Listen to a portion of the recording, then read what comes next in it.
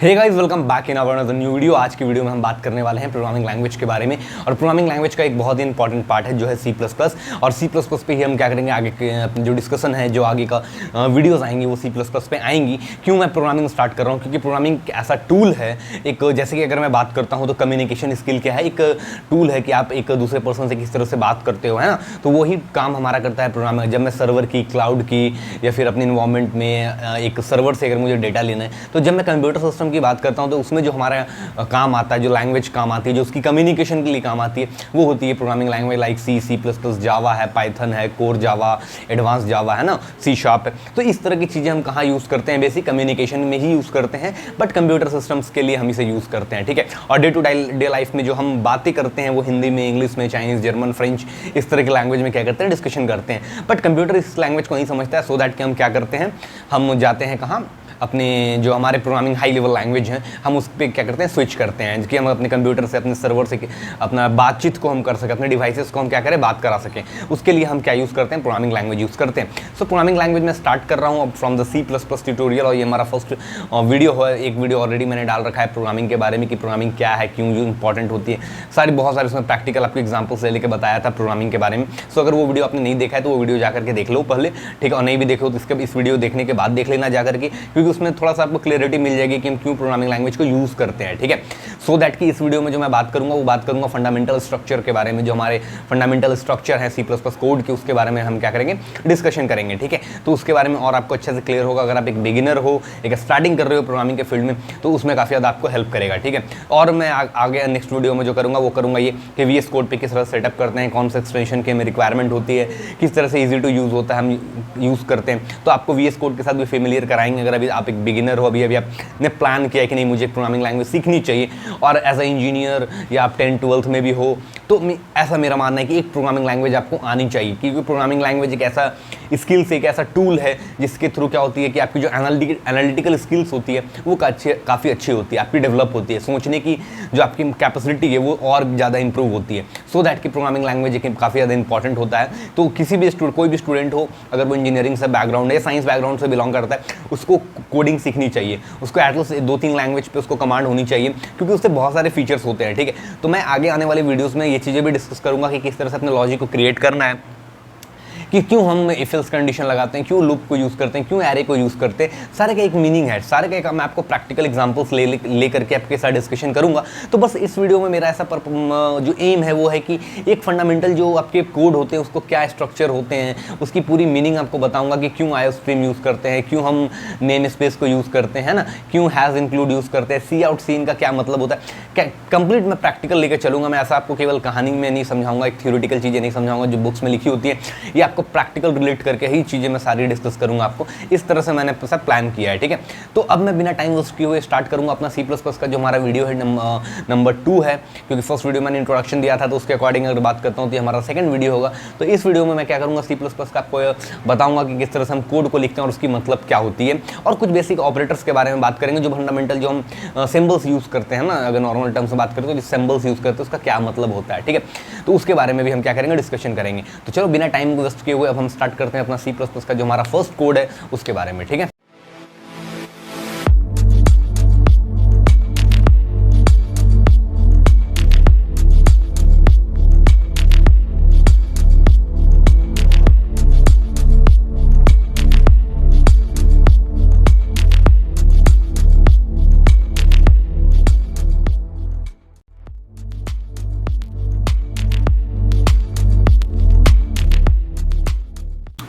तो हमारा जो है that is the video number 2। ये हमारा वीडियो नंबर क्या है, 2 है फॉर सी प्लस प्लस, ठीक है। सी प्लस प्लस का हम सेकंड ट्यूटोरियल स्टार्ट कर रहे हैं और उसमें बात करेंगे जो है फंडामेंटल ऑफ कोड्स के बारे में, कि जो फंडामेंटल ऑफ स्ट्रक्चर जो हमारे पास होते हैं उसका क्या बेसिक मीनिंग होता है। सो एक कोड में होता क्या है, बेसिक कोड का मतलब क्या होता है, बेसिक एक प्रोग्रामिंग लैंग्वेज का मतलब क्या होता है। तो प्रोग्रामिंग लैंग्वेज का मतलब होता है कि हमें किसी से कम्युनिकेट कराना है। सपोज करो कि मुझे कैलकुलेटर डिज़ाइन करना है, ठीक है, मैं चाहता हूँ कि यूज़र से इनपुट मुझे लेना है, देखो दो चीज़ें बहुत ज़्यादा इंपॉर्टेंट होती हैं यहाँ पे, ठीक है। सबसे इंपॉर्टेंट दो चीज़ें होती है, क्यों? क्योंकि जब आप कोड के अंदर आप कुछ भी लिखो, ठीक है, दैट डजंट मैटर, आप कोड के अंदर कुछ भी आप लिखो, यूज़र को उससे मतलब नहीं होता है। यूज़र के पास चाहिए, यूज़र क्या देगा आपको? इनपुट प्रोवाइड करेगा, ठीक है, इनपुट प्रोवाइड करेगा और आप उसे क्या दोगे? आउटपुट दोगे, ठीक है। तो ये होता है हमारा यूज़र। यूज़र क्या करेगा? हमेशा इनपुट प्रोवाइड करेगा, और जो हमारा डेवलपर होते हैं वो क्या करेंगे? जो हमारा सॉफ्टवेयर होता है वो क्या काम करता है? बेसिक वो आउटपुट देने का काम करता है। तो किसी भी कोड में बेसिक ये दो चीज़ें होती हैं, इनपुट और आउटपुट। तो हम रिक्वायरमेंट है हमारा इनपुट। अगर मैं प्रैक्टिकल इलेक्ट्रॉनिक्स के फील्ड से बात करता हूँ तो इनपुट आपका कौन देता है? यूज़र नहीं देगा। वहाँ पे इनपुट जो आपका आएंगे वो सेंसर से आएंगे, रिले से आएंगे, ट्रांसफार्मर से आएंगे, कोई इलेक्ट्रिकल डिवाइसेस से आएंगे, एडीसी से आएंगे। वहाँ से क्या होगा? हमारा डेटा आएगा, ठीक है, वो इनपुट आएगा। आउटपुट हम प्रोवाइड करेंगे अपने अकॉर्डिंग कि हमें क्या आउटपुट देना है, ठीक है, या हमारे जो रिक्वायरमेंट है उसके अकॉर्डिंग क्या करेंगे? डिज़ाइन करेंगे। सो दैट तो हमारा जो प्रोग्रामिंग में होता है वो यही चीज़ है। मेन फोकस जो हमारा होता है वो कहाँ होता है? हमारा बेसिक यूज़र पे और इनपुट और आउटपुट पे होता है। सो इनपुट और आउटपुट के लिए हम एक टर्म यूज़ करते हैं, ठीक है। इनपुट और आउटपुट के लिए हम C++ में एक टर्म यूज़ करते हैं, that is called IO stream, ठीक है। सो जब भी कोड को स्टार्ट करोगे तो आपको स्टार्ट कहाँ से करना है? That is a input output. मुझे एक इनपुट आउटपुट लेना है, उसके लिए मुझे रिक्वायरमेंट होगी एक हेडर फाइल की। सो मैं क्या करूँगा? मैं एक स्ट्रक्चर बनाऊंगा that is has include what? That is IO stream. What that is means what? That is IO stream. What is the meaning of IO stream? जैसा कि मैंने अभी आपको कहा कि किसी भी कोड को स्टार्ट करने के आपको क्यों फंडामेंटल में ये चीज़ें सिखाई जाती हैं। फर्स्ट लाइन जो हमारा होता है वो ये होता है। हमारा फर्स्ट लाइन हमारा क्या होता है? बेसिक वो ये होता है, ठीक है। ये हमारा क्या होता है? बेसिक फर्स्ट लाइन होता है। क्यों हर एक कोड में स्टार्टिंग के इनिशियल फेज में इसे सिखाया जाता है? क्योंकि जो एक कोड होता है उसका फंडामेंटल काम जो होता है वो बेसिक ये होता है to get the input and give the output, ठीक है। इनपुट लेना और आउटपुट देना।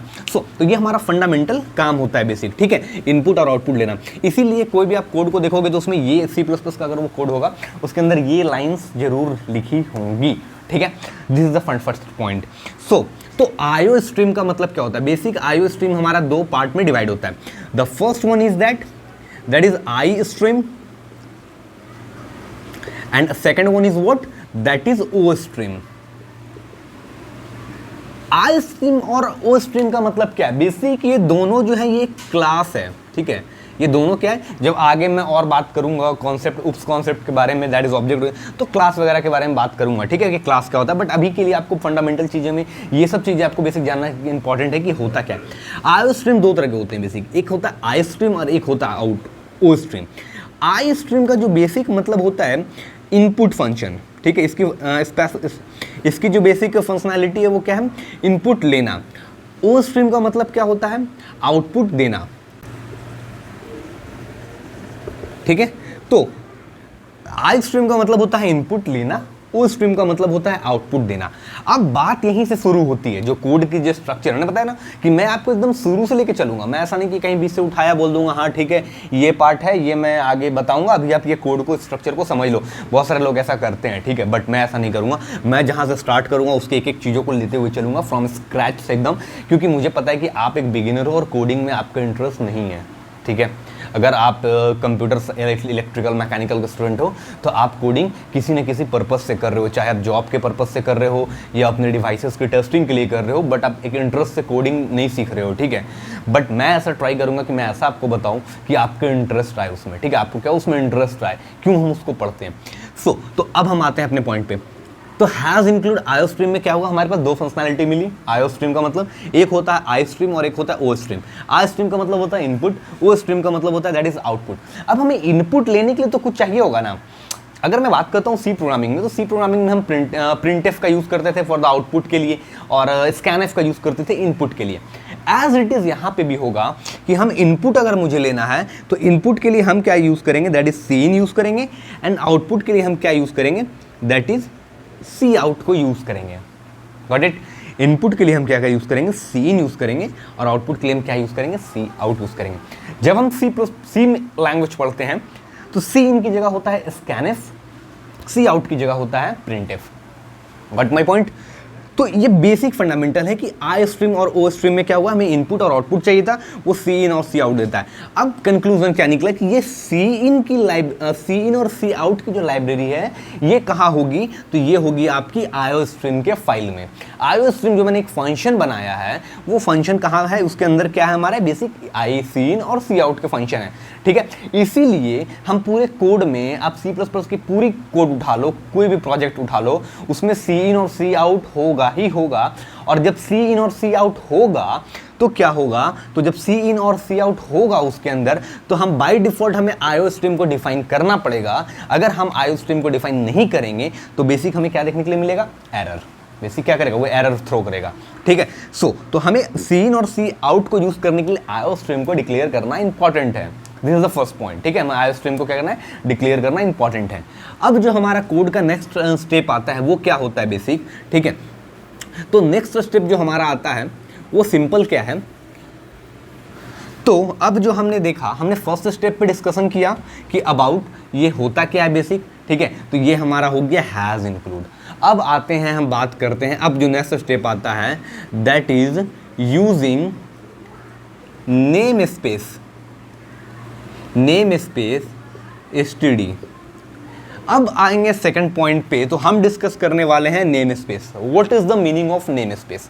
नेम स्पेस का मतलब क्या होता है, तो ये बेसिक जो काम करता है ये डिफरेंशिएशन का काम करता है, ठीक है। डिफरेंशिएशन का काम करता है, मतलब क्या होता है, लेट्स से कि मेरे घर पे कोई दो बंदा है, ठीक है, या मान लो 4 लोग हैं, ठीक है। एक घर में 4 लोग हैं, ठीक है, एक घर में 4 लोग हैं, चारों का नाम सेम है, ठीक है, चारों का नाम सेम है। मान लो इसका भी ए है, ए है, ए है। इन केस अगर मैं कॉल करता हूँ, ठीक है, सपोज करो घर है, उसके अंदर ये 4 ब्रदर्स हैं, ठीक है, ये क्या है, 4 ब्रदर्स हैं, ठीक है, 4 ब्रदर्स हैं। अब आप किसी को कॉल करोगे, ठीक है, लेट्स से कि अगर मैं कॉल करता हूँ ए, तो अब ए में क्या होगा, तो यहाँ पे 4 ए हैं, तो भाई 4 ए है तो एक ही बार में चारों आएगा। आपने किसी एक को बुलाया तो उठ के क्या होंगे, चारों के चारों आ जाएंगे। क्यों चारों आएंगे, क्योंकि चारों का नाम तो सेम है ना यार, चारों का नाम क्या है, सेम है, तो होगा क्या बाय डिफॉल्ट, चारों लोग आपके पास आ जाएंगे, है ना। तो इसी चीज को डिफरेंशिएट करने के लिए मैं क्या करूंगा कि चलो इसका नाम A1 कर दूंगा, इसका A2 कर दूंगा, इसका A3 कर दूंगा, इसका A4 कर दूंगा। अब अगर मैं बोलूंगा कि भाई A3 को आना है तो A3 ही उठ के आएगा अगर मैं A3 को कॉल करूंगा। अगर मैं A2 को कॉल करूंगा तो होगा क्या बाय डिफॉल्ट, हमारा A2 आएगा उठ के। अगर मैं A4 को कॉल करूंगा तो होगा क्या, बेसिक A4 आएगा हमारा उठ के। समझ रहे हो बात को? तो फिर अब बाय डिफॉल्ट क्वेश्चन वही आता है कि नेम स्पेस का यहाँ पे क्या यूज हुआ, ठीक है। तो नेम स्पेस का यूज ये होता है कि when we create a multiple library, अगर हम मल्टीपल लाइब्रेरी क्रिएट करते हैं या यूज करते हैं तो उसमें बहुत बार ऐसा देखने के लिए मिलता है कि हमारे कुछ फंक्शंस जो हैं वो सिमिलर हो जाते हैं, ठीक है। कुछ फंक्शन क्या है, हमारे सिमिलर होते हैं। लाइक अगर वेरिएबल की बात करता हूँ, वेरिएबल हो सकते हैं आपके, कुछ क्लासेस आपके सेम हो सकते हैं। तो जब सेम क्लास होगा तो क्या होगा कि जब आगे चल करके आप किसी को कॉल करोगे, ठीक है, लेट्स से कि मैंने कोई एक इंट नाम का एक वेरिएबल क्रिएट किया, बट इंट नाम का एक वेरिएबल क्रिएट नहीं कर सकते हैं, ठीक है, ये चीज़ ध्यान रखना। लेट्स से कि मैंने एक इंट नाम का एक क्रिएट किया, एक क्या किया, एक वेरिएबल क्रिएट किया, और क्या है, ये variable as it is 2 library में है, ठीक है। मान लो एक नेम स्पेस है और एक मैं लेता हूँ डेटा करके, ठीक है। एक लेट्स से कि मैंने एक डेटा नाम का लाइब्रेरी क्रिएट किया, ठीक है। तो एक डेटा नाम के भी लाइब्रेरी में क्या है, ये इंट यहाँ भी है और इंट ए यहाँ भी है। बट डेटा के अंदर जो मैंने इंट को डिफाइन किया है वो इंट लेट से कि int a is equal to 5, और यहाँ पे भी मैंने किया है int a is equal to 5। अब होगा क्या बेसिक, तो ये डिफरेंशिएट नहीं कर पाएगा कि इस इंट को डेटा से, इस वाले फंक्शन से उठाना है या नेम स्पेस से उठाना है। इसी चीज़ को पर्टिकुलरली अगर बोलूँ तो डिफरेंशिएट करने के लिए नेम स्पेस को यूज़ करते हैं कि हमारा क्या हो बेसिक, कि हमारा जो इसने क्या किया है कि लाइब्रेरी के अंदर बहुत सारे फंक्शनैलिटी इस तरह से ऐड करके रखे हुए हैं, ठीक है। तो होगा क्या कि इस तरह का कोई भी आप वेरिएबल को क्रिएट करोगे, क्लास को बनाओगे, तो बेसिक क्या होगा कि ये सेम नहीं होगा, वो एक्चुअली वहीं से कॉल कर लेगा।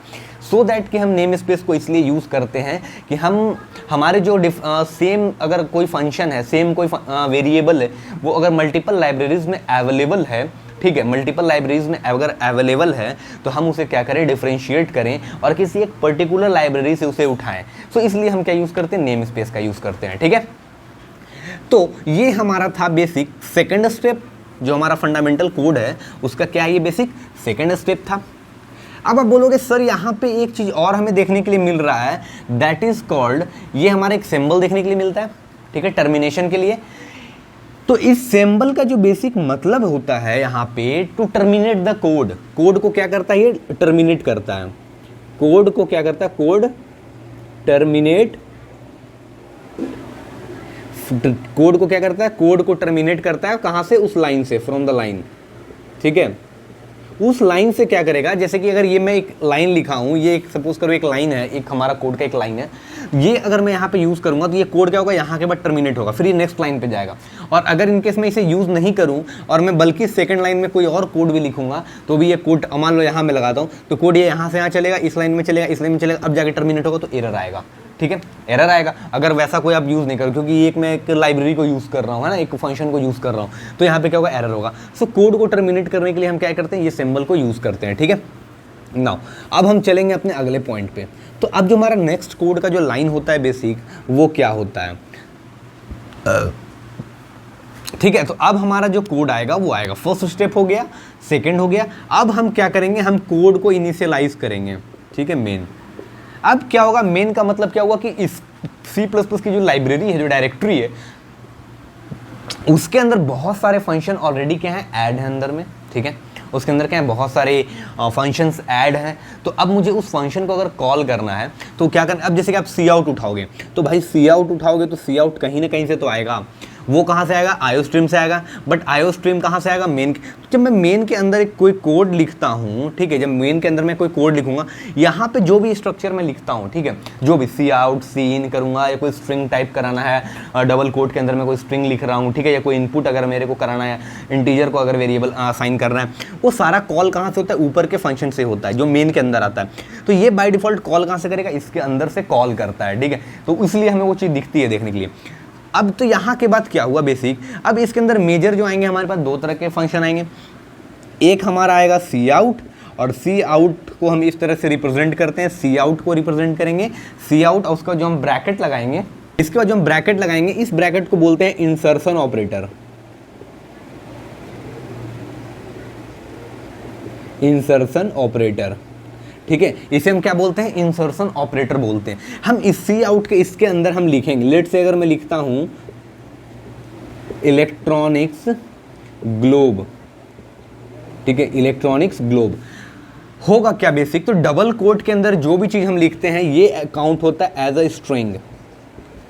आप स्ट्रिंग को डिफाइन भी कर सकते हो, जैसे कि आप इंट को डिफाइन करते हो, उसी तरह से आप स्ट्रिंग को भी डिफाइन कर सकते हो। ठीक है, बट वो सब बात की बात है। अभी जो हम यहाँ पे, तो सी आउट मुझे क्या हुआ, मैंने जैसे यहाँ पे एक लिखा डबल कोट के अंदर, ये क्या हुआ, एज इट इज मुझे आउटपुट देगा। ठीक है, अगर सपोज करो मैं एक कोई ऐसा कोड लिख रहा हूँ जिससे मैं चाहता हूँ यूजर एक ईमेल आईडी दे, ठीक है, और फिर उसका दो पासवर्ड दे और हम अपने डेटाबेस से कुछ रिजल्ट उठा के उसे दें, सबसे पहले सी आउट होगा। तो सी आउट क्या करेगा बेसिक, इलेक्ट्रॉनिक, यहाँ पे हम लिखेंगे इंटर योर ईमेल आईडी, वो इंटर योर ईमेल आईडी देगा। फिर ईमेल आईडी हमारा क्या होगा, चेक करेगा। तो यहाँ पे हम क्या करेंगे, यूजर इनपुट दे, उसके लिए हम क्या यूज़ करेंगे बेसिक, सीन फंक्शन यूज़ करेंगे। उसके लिए हम क्या यूज़ करेंगे बेसिक, सीन फंक्शन यूज़ करेंगे। और लेट से अगर मैं एक कैरेक्टर को डिफाइन कर देता हूँ, दैट इज ईमेल, तो वो क्या करेगा बेसिक, एक ईमेल इंटर करेगा, मैं इसे, ये यूज़र को मिलेगा इंटर योर ईमेल आईडी, वो क्या करेगा, ईमेल को इंटर करेगा। उसके बाद क्या करेगा, उसके बाद नेक्स्ट क्या करेगा, वो पासवर्ड के लिए हम उसे बोलेंगे, फिर एक सी आउट का फंक्शन लगाएंगे, सी आउट में फिर एक स्ट्रिंग टाइप करेंगे पासवर्ड के लिए। ठीक है, तो वो क्या करेगा, पासवर्ड इंटर करेगा। और सीन फिर हम क्या एक डिफाइन करेंगे, दैट इज पासवर्ड हम एक डिफाइन करेंगे, और वो क्या करेगा, फिर पासवर्ड एक इंटर करेगा। फिर हम क्या करेंगे, इसके अकॉर्डिंग मैच करेंगे, अगर वो मैच करता है तो ठीक है, अदरवाइज हम उसे लिख देंगे कुछ ना कुछ एरर थ्रो कर देंगे। ठीक है, तो वो इफ एल्स कंडीशन लगा देंगे कि इफ़ ये कंडीशन अगर मैच करता है तो तुम साइन इन करोगे, और अदरवाइज एल्स में हम क्या करेंगे, उसे एक दे देंगे पॉपअप कि उसमें लिख देंगे सॉरी योर ईमेल आईडी और पासवर्ड डज नॉट मैच। ठीक है, या कुछ इनकरेक्ट लिख देंगे, your data is not found in our directory. ठीक है, हम उसी प्रिंट करा सकते हैं। तो बेसिक ये तरह के लॉजिक होते हैं, ठीक है। तो हम सी आउट से क्या करेंगे, आउटपुट यूज़र को देंगे, यूज़र को दिखाएंगे कि क्या आपको आउटपुट देना है। सी इन से क्या करेंगे, जो यूज़र इनपुट देगा उसे हम रीड करेंगे। तो बेसिक ये चलता है। और लास्ट में जो हमारा एक स्टेप आता है वो आता है रिटर्न 0, और यहाँ पे हम क्या करेंगे, कोड को टर्मिनेट कर देंगे इस ब्लॉक के अंदर। मतलब कि वो मेन के बाद ये फंक्शन चला और इस कोड इस सेमी कॉलन के थ्रू क्या हो गया, कोड एग्जिट हो गया। रिटर्न 0 यूज़ करते हैं क्योंकि कोड को टर्मिनेट करने के लिए कि अब हमारा जो पूरा का पूरा कोड है वो खत्म हो चुका है, ठीक है, वो कंप्लीट हो चुका है कोड। सो दैट कि हम क्या यूज़ करेंगे बेसिक, वहाँ पे हम बेसिक यूज़ कर लेंगे रिटर्न 0, और रिटर्न 0 यूज़ करने से क्या होगा, कोड हमारा वहीं पे स्टॉप हो जाएगा, ठीक है। तो ये था बेसिक हमारा जो इंट्रोडक्शन के लिए मैंने आपके साथ डिस्कस किया कि क्या होता है बेसिक जो हम प्रोग्रामिंग लिखते हैं, जो फर्स्ट प्रोग्रामिंग के बारे में बात होती है। बहुत सारी जगह पे आपको मिलेगा ये वीडियो, ठीक है, कि फर्स्ट प्रोग्रामिंग किस तरह C++ में लिखते हैं, बट शायद इतना ज़्यादा एक्सप्लेनेशन नहीं मिलेगा कि हम एक एक चीज़ों का मतलब समझें, ठीक है।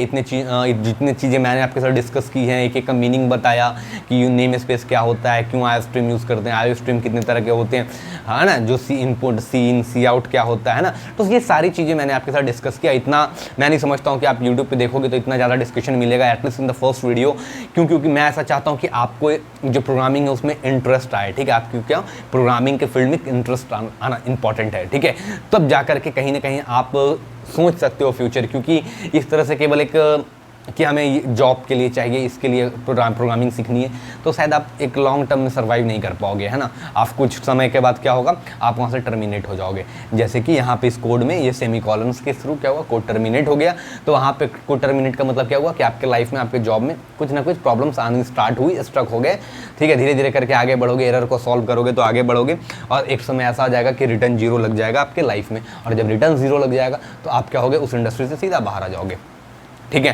तो ये बेसिक था हमारा जो फर्स्ट वीडियो, जिसमें कि मैंने आपके साथ शेयर किया कि किस तरह से कोड का स्ट्रक्चर होता है। इसी तरह की जितनी वीडियो आएंगी सारे में डिस्कशन होगा। वीडियो ऑब्वियस सी बात है कि मेरी वीडियो थोड़ी सी लंबी जाती है, वीडियो लॉन्ग होगी, ठीक है, वीडियो लंबी होगी, बट जो कंटेंट है, जैसा कि मैं कहता हूँ कि video is long but the content is important. ये मेरा जो कोट है जो चलता है, ठीक है, जो मैं अपने थंबनेल में हर जगह यूज़ करता हूँ, ठीक है। Video is long but content is important. So video लंबी होना मैटर नहीं करता, बट जो आप टाइम दे रहे हो उस टाइम में अगर आपको उस लेवल तक का कॉन्टेंट अगर मिल रहा है, दैट इज़ मोर इंपॉर्टेंट, ठीक है। तो चलो मिलता हूँ अगले वीडियो में, तब तक के लिए good bye, take care, thanks for watching this video, thank you very much.